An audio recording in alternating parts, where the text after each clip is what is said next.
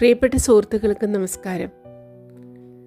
കറുത്ത് ചടച്ച് മുഖത്ത് ശോകഭാവം സ്ഫുരിക്കുന്ന കാഞ്ചന ടീച്ചർ രാജിയോട് പറഞ്ഞു, അഴാതെ രാജി, അഴാതെ. എന്നാച്ച് കുടി മുറുകി പോച്ചാ? രാജിക്ക് കരച്ചിൽ നിർത്താനാവുമായിരുന്നില്ല. എല്ലാം മറക്ക്, സിനിമ മറക്ക്, ആ മനുഷ്യനെ മറക്ക്. പ്രിൻസിപ്പലിനോട് ഞാൻ സംസാരിക്കാം. വേണ്ട, രാജി പറഞ്ഞു. തിരിച്ചു പോകാനുള്ള വരവായിരുന്നില്ലല്ലോ രാജിയുടെ. എല്ലാം അവസാനിപ്പിക്കും മുമ്പ് കാണണമെന്ന് രാജിക്ക് തോന്നിയ ഒരേ ഒരാളായിരുന്നു കാഞ്ചന ടീച്ചർ. കഴിഞ്ഞ തവണ ഉണ്ണിയുടെ വീട്ടിൽ നിന്നും രാജി പാർക്കിലേക്ക് ഇറങ്ങും വരെയായിരുന്നു നമ്മൾ വായിച്ചത്. തുടർന്ന് വായിക്കട്ടെ. മൈലാഞ്ചി വേലിയുടെ മറവിൽ ഒഴിഞ്ഞ ഒരു ബെഞ്ച് കണ്ടെത്തി അതിന്മേലിരുന്നു. കായലിനെ അഭിമുഖീകരിച്ചുകൊണ്ട്. നേരെ പിറകിൽ റോഡിൻ്റെ മറുവശത്ത് റെസ്റ്റ് ഹൗസിലെ കാറ്റാടിയാണ്. അതിൻ്റെ അലക്കുകൾ തിരിയുന്നുണ്ട്. ഇപ്പുറത്ത് കുപ്പിച്ചില്ലുടഞ്ഞ് ചിതറിയ പോലെ കിടക്കുന്ന കായൽ. വെയിലിന് തുടുപ്പ് കലർന്ന മഞ്ഞ നിറമാണ്. രാജി മതിലിൻ്റെ കടയ്ക്കൽ വന്നടിക്കുന്ന അലകളിലേക്ക് നോക്കിക്കൊണ്ടിരുന്നു. താറാവുകളെ പോലെ കുണുങ്ങി വന്ന അലകൾ കാണാൻ നല്ല രസം. മൈലാഞ്ചി വേലിയുടെ അപ്പുറത്തുകൂടി ആരൊക്കെയോ നടന്നു പോകുന്നുണ്ട്. പാർക്കിലേക്കുള്ള യാത്രയാവും. പാർക്കിൽ കയറിയാലോ എന്ന് ആലോചിച്ചതാണ്. വല്ലാത്ത തിരക്ക് എന്നല്ല, വഴിനീള സകലരുടെയും നോട്ടം തന്നിലാണ്. ഒരു കാലത്ത് അതൊരാനന്ദമായിരുന്നു. പക്ഷെ ഇപ്പോൾ പാർക്കിൽ കയറിയാൽ പ്രിയയെ കണ്ട് നേരിട്ട് തന്നെ പറയാമായിരുന്നു. പെണ്ണിനെപ്പോഴും തുള്ളിച്ചയാണ്. അവളിനി നിലത്ത് നിൽക്കുകയില്ല. പറയുമ്പോൾ മിസ്റ്റർ ഉണ്ണിയുടെ കണ്ണിൽ കൃതജ്ഞത മുറ്റി നിന്നിരുന്നു. മകളെന്ന് പറഞ്ഞാൽ ജീവനാണത്രേ. അല്ലാതെ വരുമോ? ആകെ ഉള്ളതാണ്. മിസ്റ്റർ ഉണ്ണി പറഞ്ഞു കേട്ടതുപോലെയല്ല. ഗൗരവമോ വലിയ കനപ്പിടിക്ക് മുഖം പിടിക്കലോ ഒന്നുമില്ല. ജിം ഗുരുവെന്ന് വിളിക്കുന്നത് കൂടുതൽ വിചിത്രമായി തോന്നുന്നു. സരസനായ ഒരു മനുഷ്യൻ, പക്ഷേ ധൈര്യശാലിയാണ്. കാട്ടിൽ പോയി താമസിക്കുക, കാട്ടുപോത്തുകളുടെയും മറ്റും പടമെടുക്കുക, അതിനൊക്കെ നല്ല ധൈര്യം തന്നെ വേണം. പുലികളുടെയും പടമെടുത്തിട്ടുണ്ടായിരിക്കുമോ? ഉണ്ടാവും. ഒരു ദിവസം ചെന്ന് എല്ലാം ഒന്ന് കാണണം. കാട്ടിൽ വച്ച് എന്തൊക്കെ അനുഭവങ്ങളായിരിക്കാം നേരിട്ടിരിക്കുക. പല അപകടങ്ങളിലുമൊക്കെ പെട്ടിരിക്കില്ലേ? എങ്ങനെയാ ധൈര്യം വരണത്? അതെ, ധൈര്യശാലി തന്നെ. സ്റ്റുഡിയോവിൽ കൂട്ടിലിട്ടൊരു പുലിയെ കൊണ്ടുവന്നപ്പോൾ തന്നെ ശ്യാം വിറച്ചത് കണ്ടില്ലേ? അതും സർക്കസിൽ മെരിങ്ങിയ പുലി. ഡ്യൂപ്പ് തന്നെ വേണ്ടി വന്നു എല്ലാം ചെയ്യാൻ. സിനിമയിൽ കാണുമ്പോഴോ ധീരശൂര പരാക്രമിയായ ശ്യാം പുലിയെ യുദ്ധം ചെയ്ത് തോൽപ്പിക്കുന്നു. ഒക്കെ കള്ളം, മേക്ക് ബിലീവ്. മനുഷ്യർ തമ്മിലുള്ള ബന്ധം പോലും. വലത്തെ കൈയിൻ്റെ തള്ളവിരൽ അമർത്തി കടിച്ചു. ഭയാനകമായ പേക്കിനാവുകൾ, സുന്ദരമായ സ്വപ്നങ്ങളുടെ വേഷം കെട്ടി നടക്കുന്ന കപട ലോകം. ഒരു കൂസലുമില്ലാതെ പഴയ പോലെ ജീവിക്കുകയായിരിക്കും വാസുവേട്ടൻ. പടം റിലീസായില്ലോ. അതെങ്ങനെ സാധിച്ചെടുത്തു? ഏത് പുതിയ പെൺകുട്ടിയാണ് വലയിട്ട് പിടിച്ച് ചെട്ടിയാർക്ക് കാഴ്ചവെച്ചിട്ടുള്ളതാവോ? അടുത്ത പടത്തിൽ നായികയാക്കാമെന്ന് വാഗ്ദാനം ചെയ്തിരിക്കും. സെറ്റിൽ കയറുന്നതിന് മുമ്പ് ബെഡിലൊരു പരിശീലനം. കഷ്ടം, ആ പിട്ടിലും പിരട്ടിലും പെട്ടുപോയല്ലോ. എന്നാലും ഇത്ര വലിയ ദ്രോഹം. കണ്ണുകൾ നിറഞ്ഞു. വിരലുകൊണ്ട് തുടച്ചു. അഴാതെ രാജി, ഇപ്പൊ എന്നാ ആച്ച്? കുടി മുഴുകിപ്പോച്ചാ? This is nothing. Kanchana teacher സ്വന്തം സാരി തലപ്പുകൊണ്ട് തൻ്റെ കണ്ണ് തുടയ്ക്കുന്നു. കറുത്ത് ചടച്ച് മുഖത്തെല്ലായ്പ്പോഴും ശോകഭാവം സ്ഫുരിക്കുന്ന കാഞ്ചന ടീച്ചർ. അവരുടെ ജീവിതത്തിലും എന്തോ നിഗൂഢ ദുഃഖമുണ്ട്, തീർച്ച. ഛേ, അശ്ശടി പെണ്ണാച്ചേ. അഴാതെ. വരുവതെല്ലാം നല്ലതുക്കെണ്ണെന്ന് നിരച്ചാൽ അപ്പുറം ദുഃഖത്തുക്ക് ഇടമേ കിടയാതെ. കണ്ണിൽ ഇപ്പോഴും കാണുന്നു. കടൽക്കരയിലെ പാറക്കൂട്ടങ്ങൾക്കിടയിൽ കാല് വെള്ളത്തിലിട്ട് മരവിച്ചതുപോലെ ഇരിക്കുന്നു. പാറകൾക്കിടയിലെ അലയില്ലാത്ത ജലത്തിൽ മീനുകൾ കളിക്കുന്നു. കരച്ചിൽ നിർത്തി അവയുടെ കളി നോക്കിയിരിക്കുന്നു. കടൽ ചമ്മികൾക്കിടയിൽ ഒളിച്ചു കളിക്കുകയാണവ. നീണ്ട കുഞ്ചലം പോലെയുള്ള ചമ്മികൾ വെള്ളത്തിലെ നേരിയ അടിയൊഴുക്കിനനുസരിച്ച് ആടുന്നു, ഉലയുന്നു. വേലിയിറക്കത്തിൽ വെള്ളം വലിഞ്ഞു പോകുമ്പോൾ ഏതിക്കും കവലപ്പെടാതെ forget the film, forget that man. என் கூட இருந்துடு. അപ്പുറം ഞാൻ പ്രിൻസിപ്പാൾ അമ്മ കിட்ட ചൊല്ലി മറുപടിയും വേണ്ടെന്ന് തലയാട്ടുന്നു. വേണ്ട, കലൈക്കോവിലേക്ക് തിരിച്ചു പോകാനൊന്നുമല്ല ഞാൻ വന്നിരിക്കുന്നത് ടീച്ചർ. അവസാന യാത്ര പറയാനാണ്. ഫ്ലാറ്റിൽ ഉറക്ക ഗുളികകൾ എന്നെ കാത്തിരിക്കുന്നു. അവയിലൂടെ മോക്ഷം പ്രാപിക്കുന്നതിന് മുമ്പ് കാണണമെന്ന് തോന്നിയ ഒരേ ഒരാൾ ടീച്ചറാണ്. കണ്ടു. ഇനി ഞാൻ മടങ്ങിപ്പോകട്ടെ, യാത്ര പറയാതെ. 4 നാളുക്കുള്ളേ മറത്താൻ പോകരുത്. മറക്കുകയോ? വാസ്തവം മുഴുവൻ അറിയാത്തത് കൊണ്ട് പറയുകയാണ്. ഹൃദയത്തിൽ എത്ര ആഴമുള്ള മുറിവാണ് വീണിട്ടുള്ളതെന്ന് ടീച്ചർക്ക് അറിയില്ലല്ലോ. ഇതൊരിക്കലും ഉണങ്ങാത്ത മുറിവാണ്. ഉണങ്ങിയാലും വടുമായാത്ത മുറിവ്, മായാത്ത ഓർമ്മക്കുറിപ്പ്. എപ്പോഴെങ്കിലും മറക്കാൻ കഴിയുന്ന ഒരു അനുഭവമാണോ തനിക്ക് നേരിട്ടത്? മറക്കുക, ദൈവമേ, മറക്കുക. കാഞ്ചന ടീച്ചർക്ക് അറിയാം ഞാൻ മറക്കില്ലെന്ന്. സമാധാനിപ്പിക്കാൻ പറയുകയാണ്. പറയുന്നതിൽ ടീച്ചർക്ക് തന്നെ വിശ്വാസമുണ്ടോ എന്ന് സംശയമാണ്. ഒരുപക്ഷെ വിശ്വസിക്കാൻ ശ്രമിച്ചിരിക്കും. അത്ര സ്നേഹമാണ് എന്നും തന്നോട് സഹതപിച്ചിട്ടുള്ള ഒരു സ്ത്രീ അവരാണ്. ആദ്യം മുതൽക്കേ ഒരു ആത്മബന്ധം തോന്നിയിട്ടുണ്ട്. ഇപ്പോഴും ഓർക്കുന്നു പ്രിൻസിപ്പാളമ്മയുടെ മുറിയിൽ നിന്ന് പുറത്തു വന്ന രംഗം. കുട്ടികൾ വരാന്തയിൽ കൂട്ടം കൂടി നിൽക്കുന്നു, കുശുകുശുക്കുന്നു. ചിലർ ചിരിക്കുന്നു, മുഖത്തു നോക്കാതെ, തല കുനിച്ച് എന്നാൽ മനസ്സ് കുനിക്കാതെ. ഇവരുടെയൊക്കെ മുൻപിൽ എന്തിനു മനസ്സ് കുനിക്കുന്നു? അസൂയുള്ളവർ എന്ത് വേണമെങ്കിലും വിചാരിച്ചോളട്ടെ. പക്ഷെ ധൈര്യം ക്ഷണികമായിരുന്നു. മറ്റുള്ളവരുടെ മുമ്പിൽ നിന്നും മറഞ്ഞപ്പോൾ പൊട്ടിക്കരയാതിരിക്കാൻ കഴിഞ്ഞില്ല. തൂണിന്റെ മറവിലേക്ക് നീങ്ങി നിന്ന് തോളത്ത് മൃദുവായ കരസ്പർശം. അഴാതെ രാജി. പ്രിൻസിപ്പാൾ അമ്മാവുക്ക് കോപം വന്ന ഏതാവത് ചൊല്ലും. അപ്പുറം അവരെ വരുത്തപ്പെടുവാൻ. വാ, എൻ കൂടെ വാ.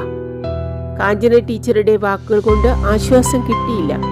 ഇരുമ്പാണി പോലെ തറഞ്ഞിറങ്ങുന്ന വാക്കുകളാണ് പ്രിൻസിപ്പൽ പറഞ്ഞത്. ഇത് വേശ്യകൾക്കുള്ള പരിശീലന കേന്ദ്രമല്ല, കലയുടെ ശ്രീകോവിലാണ്. മനസ്സിലായോ? അത് മനസ്സിലായിരുന്നു. മനസ്സിലാകാതിരുന്നത് വേറൊന്നാണ്.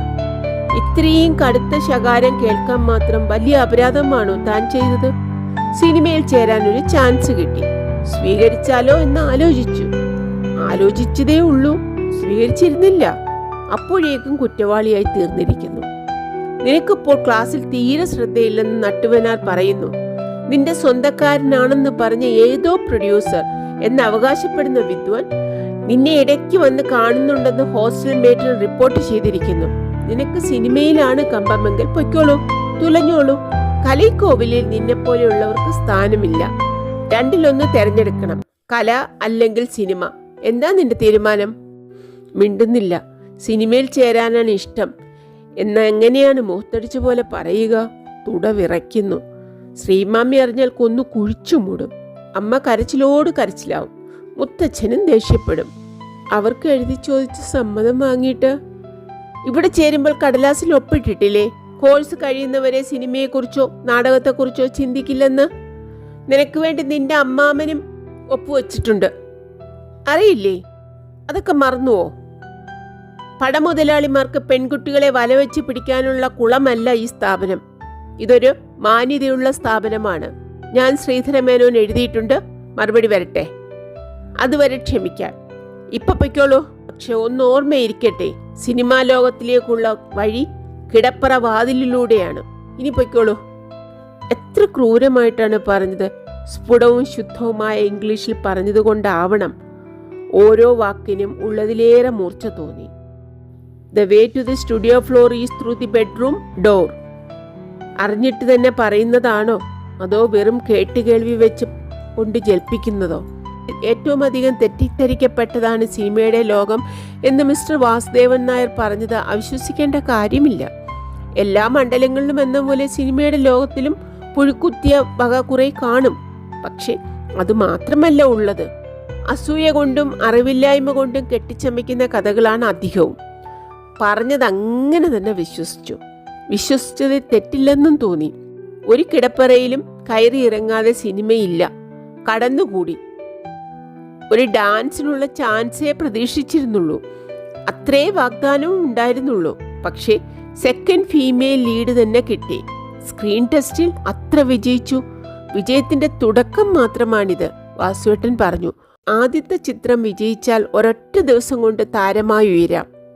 പക്ഷേ പരിഭ്രമമുണ്ടായിരുന്നു, വല്ലാത്ത പരിഭ്രമം. വാസുവേട്ടൻ മുതുകത്ത് തട്ടി ധൈര്യം തന്നു. പേടിക്കണ്ട രാജി, ആവുന്ന പോലെ ചെയ്യൂ. ശേഷമൊക്കെ ഞാൻ നോക്കിക്കോളാം. പ്രസ്സുകാർ എൻ്റെ പോക്കറ്റിലാണ്. They will give you a good build up. എന്നാലും പേടിക്കണ്ട കുട്ടി. രാജിയെപ്പോലെ ഒരു ടാലന്റഡ് ന്യൂ ഫേസ് 10 വർഷത്തിനിപ്പം മദ്രാസിലെ സിനിമാ ലോകം കണ്ടിട്ടില്ല. 2 കൊല്ലം കൊണ്ട് രാജി തെന്നിന്ത്യയിലെ നമ്പർ 1 സ്റ്റാർ ആവും. നോക്കിക്കോളൂ. വാസുവേട്ടൻ ആത്മവിശ്വാസത്തോടെ അങ്ങനെ പറയുമ്പോൾ എന്തിനാ വിശ്വസിക്കണം? നല്ല ഇരുത്തവും തഴക്കവുമുള്ള മനുഷ്യൻ. എന്തൊരു കുലീനമായ പെരുമാറ്റം. കണ്ടപ്പോഴേ തന്നെ സ്നേഹവും ബഹുമാനവും തോന്നി. രക്ഷിതാവ്, സുഹൃത്ത്, മാർഗദർശി, അഭ്യുദയാകാംക്ഷി, കള്ളന്മാരുടെ ഇടയിൽ നീണ്ടു നിവർന്ന് നടക്കുന്ന ആജാനുബാഹു. അറിയാതെ തന്നെ ഹൃദയം അടിയറ വെച്ചു. ഹൃദയത്തിൻ്റെ പിറകെ ശരീരവും. സിനിമയിൽ കയറാൻ വേണ്ടി കിടപ്പറയിൽ കയറിയതല്ല, ഹൃദയത്തിൽ കയറിയ നിലയ്ക്ക് കലവറകൾ തുറന്നു കൊടുത്തതാണ്. വേണ്ടിയിട്ട്, ഇഷ്ടമായിട്ട്, സ്നേഹത്തിൻ്റെ സാക്ഷാത്കാരത്തിന്, അന്യോന്യം ഒന്നായി തീരാൻ വേണ്ടിയിട്ട്. പക്ഷേ പ്രിൻസിപ്പാൾ അമ്മ പറഞ്ഞതായിരുന്നു ശരി. ലോകം കണ്ടിട്ടുള്ള അവരുടെ വാക്കുകൾ ചെവിയിൽ കയറാഞ്ഞത് കഷ്ടകാലത്തിൻ്റെ വലിപ്പം കൊണ്ട് മാത്രമാണ്. അന്നിത്തിരി അവധാനത കാണിച്ചിരുന്നുവെങ്കിൽ ഇന്നിങ്ങനെ. രാജി നെടുവീർപ്പിട്ട് താഴെ തുളുമ്പിത്തെറിക്കുന്ന അലകളിൽ കണ്ണും നട്ടിരുന്നു. കൂടെ ചിരിക്കുകയും കൂടെ ഏങ്ങലടിക്കുകയും ചെയ്യുന്ന കടൽ തിരകൾ എന്നും തൻ്റെ കൂട്ടുകാരായിരുന്നു. തണുത്ത കാറ്റ് വീശി തുടങ്ങി. കായലിനക്കരെ പാസിർ കൂണിങ്ങിലെ റബ്ബർ തോട്ടങ്ങളുടെ മുകളിൽ എവിടെയോ ആവണം പുകയുടെ ഒരു കരിഞ്ഞ പൂച്ചുണ്ടുയർന്നു നിൽക്കുന്നു. ചപ്പിലക്കൂനകൾക്ക് തീയിടുകയാവണം. ജീവിതത്തിൽ കുമിഞ്ഞുകൂടിയ ചപ്പിലകളും അതേപോലെ അടിച്ചുകൂട്ടി തീയിട്ട് നശിപ്പിക്കാൻ കഴിഞ്ഞെങ്കിൽ എത്ര ഭാഗ്യമായിരുന്നു. അത് സാധ്യമല്ല. ചപ്പിലകൾക്കിടയിൽ അടിഞ്ഞുകൂടി വെളിച്ചവും വായുവും കിട്ടാതെ ചതഞ്ഞ പുൽക്കൊടിയായി വാടിക്കരിഞ്ഞു പോകാനാണ് തൻ്റെ വിധി. മരക്കട്ടകൾ കരിങ്കല്ലിൽ അടിക്കുന്ന പോലെ പരുഷമായ ഒച്ച കേട്ടു രാജി തിരിഞ്ഞു നോക്കി. സുശീലയും കൂടെ ഒരു മലായിക്കാരിയും നടന്നെടുക്കുകയാണ്. മലായിക്കാരുടെ ഹൈ ഹീൽഡ് ഷൂസാണ് ഒച്ച ഉണ്ടാക്കുന്നത്. അന്ന് ഡിസ്ട്രിക്ട് ഓഫീസിന്റെ മുൻപിൽ വെച്ച് കണ്ട സുശീല അകലെ നിന്നേ പുഞ്ചിരി തൂകിക്കൊണ്ട് അഭിവാദ്യം ചെയ്തു. Hello miss Rajeshwari. Oh hello. Raji എഴുന്നേറ്റില്ല. എപ്പടി, സൗഖ്യമാ? Yes, thank you. ഇതെൻ്റെ സ്നേഹിത സുലേഖയാണ്, ഞങ്ങളുടെ ഡിയോവിൻ്റെ മകൾ. Glad to meet you. Raji ആസനമൊന്ന് പൊക്കി കൈനീട്ടി. How do you do? Fine, thank you. മലായിക്കാരി മലർക്ക പുഞ്ചിരി തൂകി. കണക്കിലേറെ ലിപ്സ്റ്റിക് ഇട്ട ചുണ്ടുകൾ, പൊന്തിയതോ എന്ന് സംശയം തോന്നിക്കുന്ന പല്ലുകൾ. സുശീല വിവരങ്ങളൊക്കെ പറഞ്ഞു. കണ്ടത് വലിയ സന്തോഷമായി. ഇരിക്കൂ. രാജി ഒരു വശത്തേക്ക് നീങ്ങിയിരുന്ന് സ്ഥലമുണ്ടാക്കി കൊടുത്തു. സുശീല അടുത്തിരുന്നപ്പോൾ പെർഫ്യൂമിൻ്റെ വാസന അസഖ്യമാം വണ്ണം മൂക്കിലടിച്ചു കയറി. വില കുറഞ്ഞ സാധനമാണ്. എനിക്ക് ഇന്ത്യൻ സിനിമകൾ ഇഷ്ടമാണ്, ഹിന്ദുസ്ഥാനിയും തമിഴും. എൻ്റെ അച്ഛൻ ഒരു ഇന്ത്യക്കാരനാണ്. സംശയം തീർന്നു. ഇവൾ അച്ഛൻ്റെ മകൾ തന്നെ. രാജി പുഞ്ചിരി തൂകി കൗതുകത്തോടെ സുലേഖയുടെ മുഖത്തു നോക്കി. അച്ഛൻ്റെ മകളാണെങ്കിലും ഒരു ഛായയും തോന്നുന്നില്ല. അച്ഛൻ്റെ മകൾ, തൻ്റെ സഹോദരി. ജ്യേഷ്ഠത്തി? സഹോദരി. പക്ഷേ പ്രത്യേക ഒരടുപ്പവും തോന്നുന്നില്ല. മനസ്സിൽ നേരിയൊരു കുതികുത്തൽ പോലുമില്ല. എത്രയോ പേരെ കണ്ടിട്ടുണ്ട്, പരിചയപ്പെട്ടിട്ടുണ്ട്. അതിലൊരുവൾ ഇവളും. രക്തബന്ധത്തിൻ്റെ പേരിൽ അടുപ്പം തോന്നേണ്ടതല്ലേ? ആവോ. പണ്ട് നമ്മുടെ നൃത്ത മത്സരത്തിൽ അധ്യക്ഷം വഹിച്ചില്ലേ എൻജെ ഗാഫർ ബിൻ അബ്ദുള്ള? അദ്ദേഹമാണ് ഇവിടുത്തെ ഡിഒ ഇപ്പോൾ. സുലേഖയുടെ അപ്പുറത്തിരുന്ന സുശീല വിശദീകരിച്ചു. സുലേഖയ്ക്ക് KL-ലാണ് ജോലി. ഗവൺമെന്റിലാണോ? അല്ല, അസ്റ്റോറിയ ഹോട്ടൽ PRO ആണ്. എന്ന് വെച്ചാൽ പബ്ലിക് റിലേഷൻസ് ഓഫീസർ. അങ്ങനെ ഒരു ഹോട്ടലുണ്ട് KL-ൽ. പുതിയതാണ്. ജലാൻ അപ്പാങ്കിൽ, ദേവു തുങ്കു അബ്ദുറഹ്മാന്റെ കുറച്ചപ്പുറത്ത് 18 നിലയിലൊരു കെട്ടിടം കാണാം. അതാണ്. വരൂ ഒരു ദിവസം. മലേഷ്യയിലെ ഏറ്റവും നല്ല ഹോട്ടലാണ്. മെർലിനേക്കാളും ഹിൽട്ടനേക്കാളും ഒക്കെ കേമമാണ്. തുരുതുരാ സംസാരിക്കുന്നു സുലേഖ. മുഖത്ത് 1/2 ഇഞ്ച് കനത്തിൽ മേക്കപ്പ് ഉണ്ട്. സ്റ്റുഡിയോവിൽ പോലും ഇത്ര കനത്തിലിടില്ല. വടിച്ചെയ്തിയ പുരികം, റൂഷിട്ട കവിള്, മസ്കാരയിട്ട് ജീവൻ വെപ്പിച്ച കണ്ണുകൾ, കാതിൽ പ്ലാസ്റ്റിക് പൂക്കൾ, കഴുത്തിൽ നേരിയ സ്വർണ്ണ ചെയിൻ. സർക്കാർ ജോലിക്ക് പോകണമെന്നായിരുന്നു അച്ഛൻ്റെ അഭിപ്രായം. സുലേഖ നിർത്താതെ തുടർന്നു. പക്ഷെ എനിക്ക് ഇങ്ങനത്തെ ജോലിയാണ് ഇഷ്ടം. വലിയ വലിയ ആൾക്കാരെ കാണാം, പരിചയപ്പെടാം. അന്യനാടുകളിൽ നിന്ന് വന്ന പ്രമാണികളിലധികവും ഇപ്പോൾ അസ്റ്റോറിയയിലാണ് താമസിക്കുക. 2 മാസം മുമ്പ് കുവൈറ്റിൽ നിന്ന് ഒരു എണ്ണ രാജാവ് വന്ന് താമസിച്ചിരുന്നു. എൻ്റെ വലിയ സ്നേഹിതനായി തീർന്നു. കുവൈറ്റിലേക്ക് ക്ഷണിച്ചിട്ടുണ്ട്. ഫസ്റ്റ് ക്ലാസ് ടിക്കറ്റ് അയച്ചു തരാമെന്ന് എഴുതിയിട്ടുണ്ട്. പക്ഷെ അച്ഛൻ സമ്മതിക്കുന്നില്ല. മൂപ്പരൊരു പഴഞ്ചൻ മട്ടുകാരനാണ്. അല്പം അസുഖം തോന്നി. ഇവളാരാണ് അച്ഛനെ വിമർശിക്കാൻ? അച്ഛന് എത്രയായാലും കുറെ സംസ്കാരം കാണും. ഇവൾ മട്ടുമാതിരിയും കണ്ടാൽ തന്നെ അറിയാം ഒരു വകയാണെന്ന്. ഇന്തോനേഷ്യൻ രീതിയിലുള്ള കുടുങ്ങിക്കിടക്കുന്ന വെളുത്ത ലേസ് ജാക്കറ്റാണ്. ചതുരത്തിൽ ഇറക്കി വെട്ട കഴുത്തിനുള്ളിലൂടെ എല്ലാം കാണാം. നാണാവില്ലേ? എൻ്റെ ശരിയായിട്ടുള്ള ആഗ്രഹം എയർ ഹോസ്റ്റസ് ആവണം എന്നായിരുന്നു. സുലേഖ പിന്നെയും തുടർന്നു. എന്നാൽ നാടുകളൊക്കെ നടന്ന് കാണാലോ. ഞാൻ മലേഷ്യയിൽ നിന്ന് പുറത്തു പോയിട്ടേയില്ല. മിസ് രാജേശ്വരി യൂറോപ്പിലൊക്കെ പോയിട്ടുണ്ടോ? ഇല്ല. എന്നാൽ എന്താ, ഇനിയും പോവാലോ, വലിയ താരമൊക്കെ ആവുമ്പോൾ. ആ പറഞ്ഞതിൽ അസൂയയുടെ നിഴൽപ്പാടുണ്ടായിരുന്നുവോ എന്ന് പറഞ്ഞുകൂടാ. സംസാരിക്കാൻ ഇഷ്ടമുള്ള കൂട്ടത്തിലാണെന്ന് തോന്നുന്നു.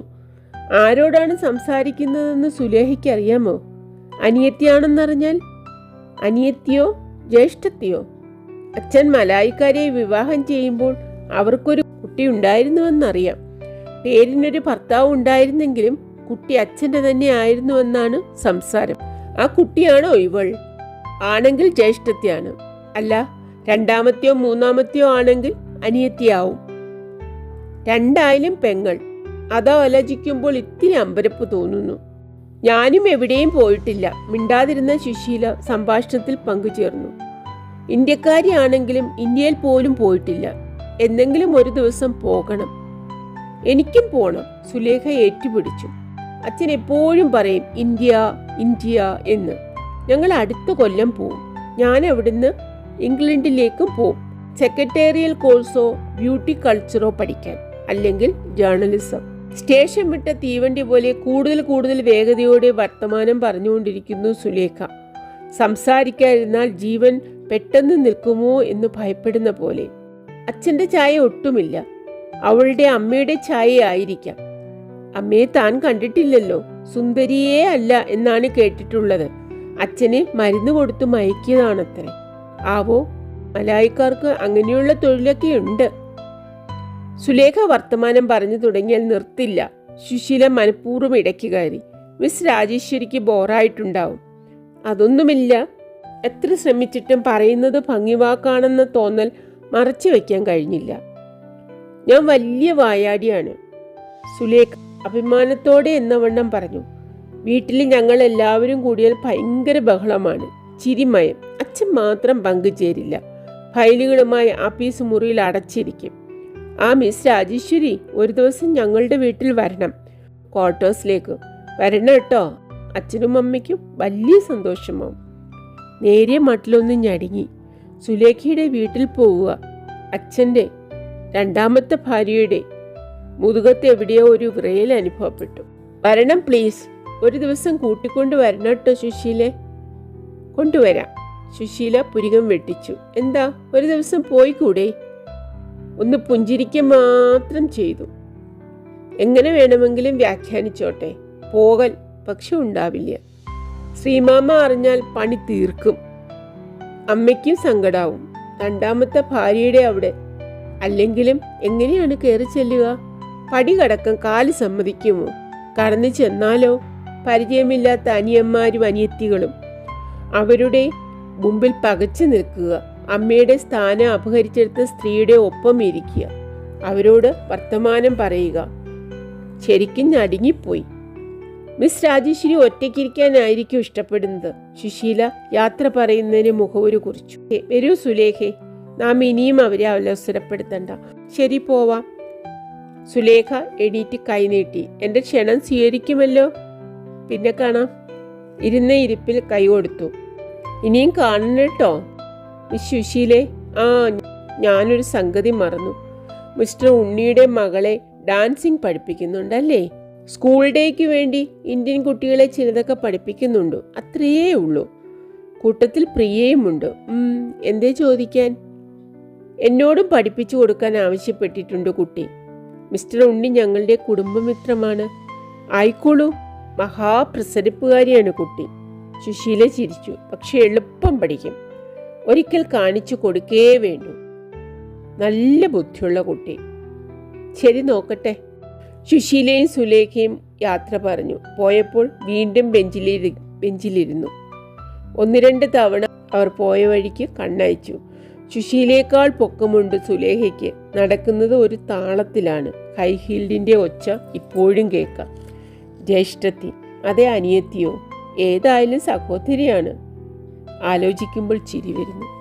പ്രിയപ്പെട്ട സുഹൃത്തുക്കളെ, 2-ാം അധ്യായം ഇവിടെ കഴിഞ്ഞു. അടുത്ത അധ്യായവുമായി വേഗം വരാം.